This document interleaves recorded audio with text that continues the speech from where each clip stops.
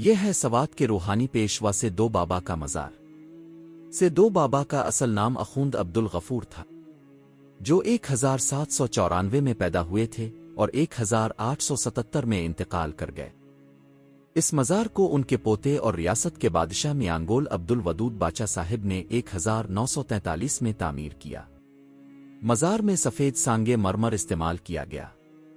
مشہور ہے کہ مذکورہ مرمر ہندوستان سے لایا گیا تھا، اور یہ وہ پتھر ہے جو تاج محل میں استعمال ہوا تھا۔